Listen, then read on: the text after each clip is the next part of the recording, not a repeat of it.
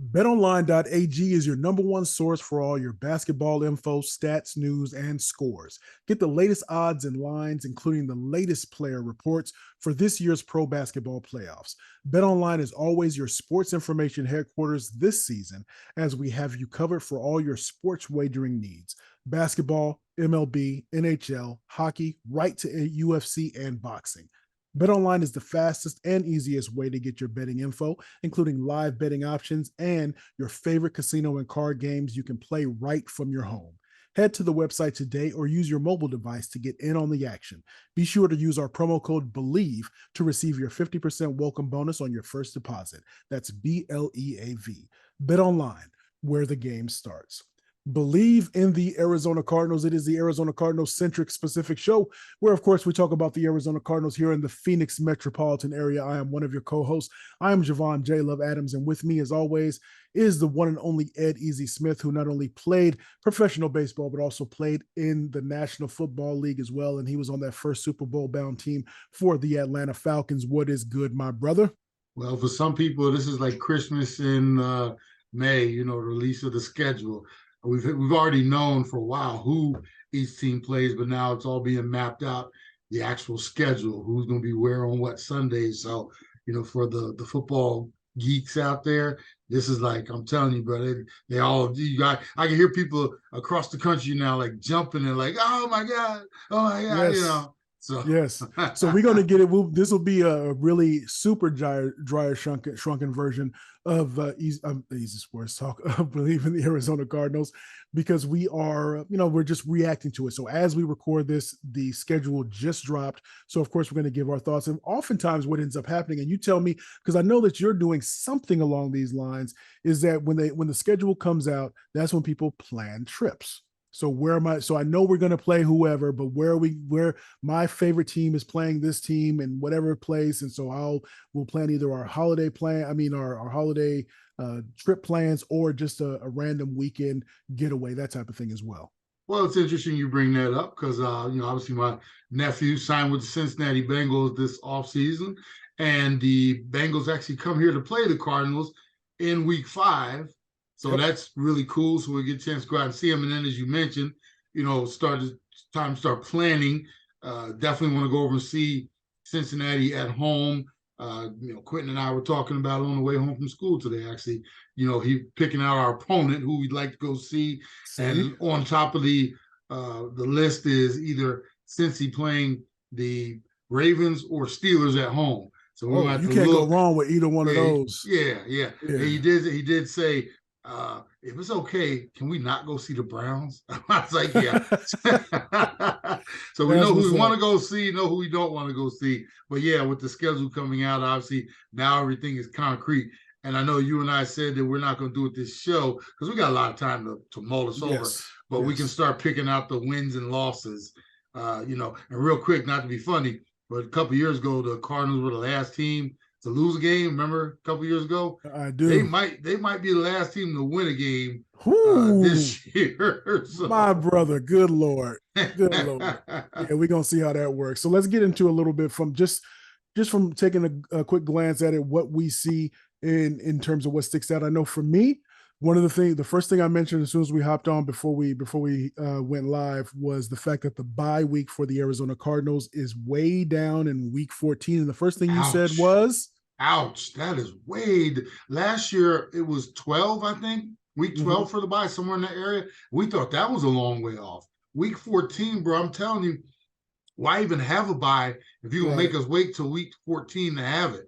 I mean, that's like, taking a break, 2 weeks before you graduate from, like high school graduation coming up, or, whatever nowadays, everything's a graduation from kindergarten to first grade and all that kind of stuff. But why celebrate, or why have us take a break with a week to go before, we're supposed to be out of school? And that's what it kind of feels like. Week 14, bro, they're going to be starving for that break to get it, just to turn around and have to do 4 more. Whereas like with the bye, when I played, we always looked at it. And there was a couple years where I had too early a bye. The year we went to the Super Bowl, if I'm not mistaken, the 98 season, I think our bye was like week 4.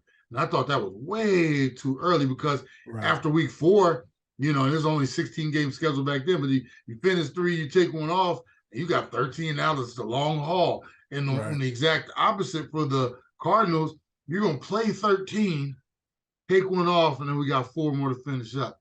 And as bad as this season might be, I guarantee you, bro, you get to that week 14 bye, and as bad as it might be record-wise, there going to be some dudes that check out after that bye already looking forward to the big vacation, the big trip, Cancun and stuff like that. And those last 4 weeks are going to be, 15 through 18 might be a struggle for this team. So I'm gonna throw this out here, and I'm not betting with you. I'm not betting you. I'm not gonna do it. Not gonna do it. For those who are new to the show, what happened last season is Ed punked me into betting him and his young son in terms of for the win total. And for some reason, I looked at the schedule last year and I thought that the Cardinals could win 10. I just thought, yeah, they could. Yeah, it's possible. And I wasn't 100% sure possible, but Ed said, just say it. Just say what your chest said. You were sure enough to put some drink on it. Yeah, I did put some drink on it, but I'm not doing it this time. But what I'm doing is, in terms of just looking at this, because there are a couple other observations that I wanted to share, but just something to me. So you look at the Commanders. I think the Giants, I think they're going to regress to the mean. The Cowboys, I think the Cowboys will be solid again. I don't think they'll be Super Bowl contenders, but solid. The 49ers, that question mark because Purdy is not going to be starting, and we're going to probably get that Trevor Lawrence experience kind of for, Lance, what am I talking about? The quarterback that they drafted, the name escapes me, but that experiment will be in full bloom. Cincinnati Bengals will be solid. The Rams, I don't know. Seahawks, I think they might regress to the mean a little bit as well. Baltimore, I think, will return to their typical form. Cleveland, I'm not sure about. Atlanta, I'm not sure about. The Texans, I'm not sure about. And I think Pittsburgh will be better. The Bears, I'm still not sure about. The Eagles, I think they'll definitely be solid.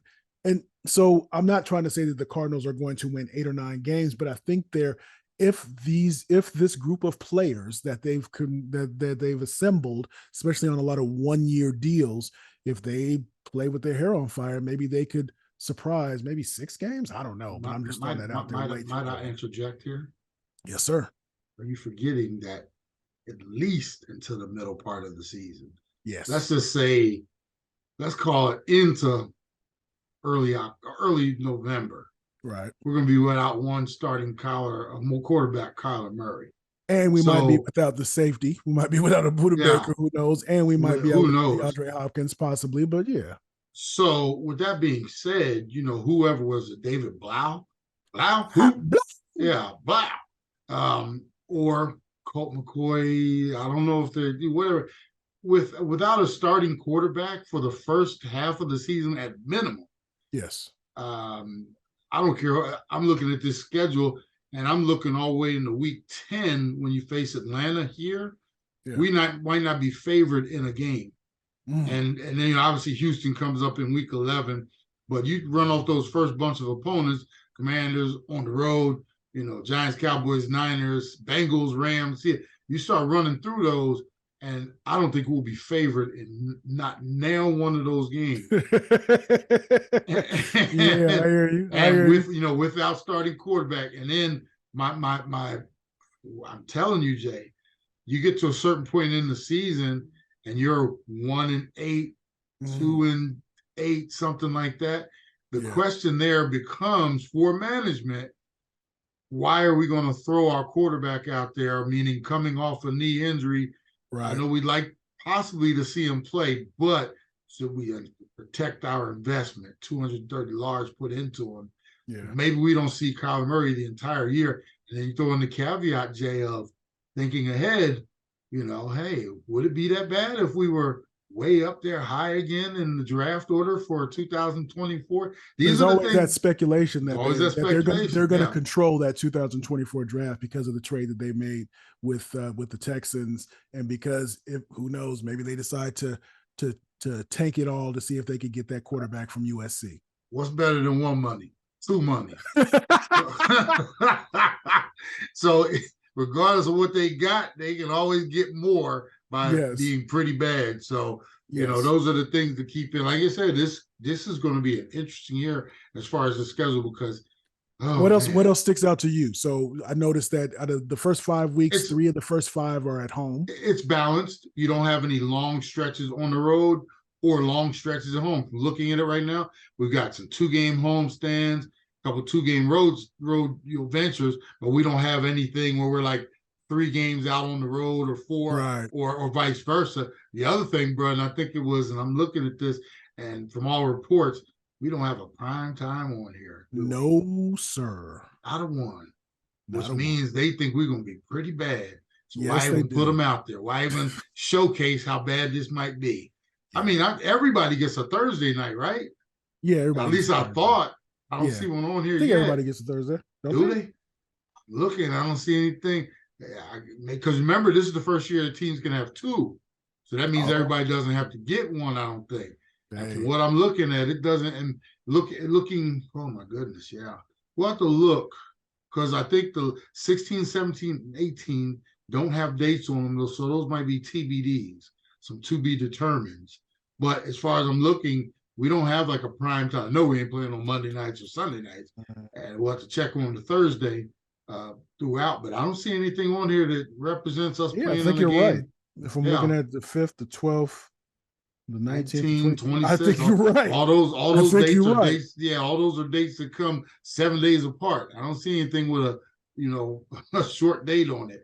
Yeah. So that's a man. That's a first. That's how bad the schedule makers are thinking of Whew, the card. They're like, why even bother? We're not even gonna put them on Thursday night. man. The way it looks right now. So that's what sticks out to me. The balance of the schedule, which is good as far as opponents. It's a mix. Obviously, we have our division foes. Playing the AFC North.